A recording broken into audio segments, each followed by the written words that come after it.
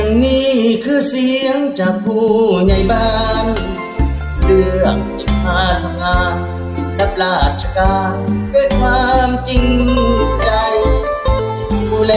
พี่น้องนั่นคือหน้าที่ผู้ใหญ่มันยากสำใจกับไปว่าแต่เอิ้นใส่ได้ทุกเวลาป่านนี้ยังบอกว่าดีน้องคนบางครั้งก็ต้องอดทนฟังเสียงบทชาวบ้านเขาด่าบ่ถือใจแน่จะพากันเอาไปเว้าดินทาบัดความดีเฮานั่นนะเฮ็ดน้ำจนว่าเป็นฮอดบ่ฮอดเงินเดือนแต่ละเดือนจะพอสำนั้นออกงานสังคมทุกวันสึกว่ามันบ่พอใส่ซองคิดไปคิดมาบางเทื่อผู้ค่าทุกคนจะพองมีดินไหลน่าจำนองแต่หาสิ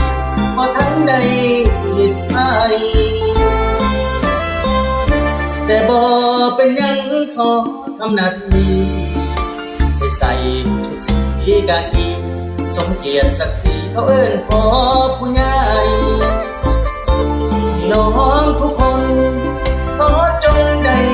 โปรดเห็นใจผู้บ้านอยู่ในเมืองไทยต้องมีผู้ใหญ่ไว้เป็นผู้นำ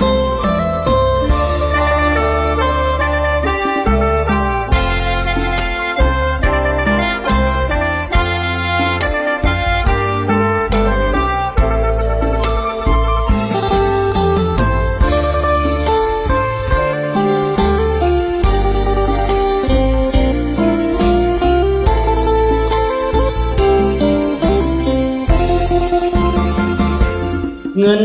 เดือนแต่ละเดือนก็พอสำนั้นออกงานสังคมทุกวันรู้สึกว่ามันบ่พอใส่ซองคิดไปคิดมา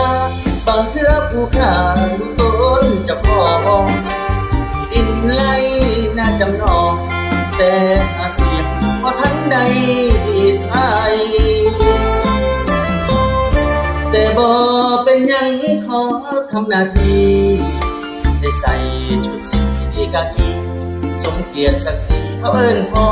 ผู้ใหญ่พี่น้องทุกคนขอจงได้โปรดเห็นใจผู้บ้านอยู่ในเมืองไทยต้องมีผู้ใหญ่ไว้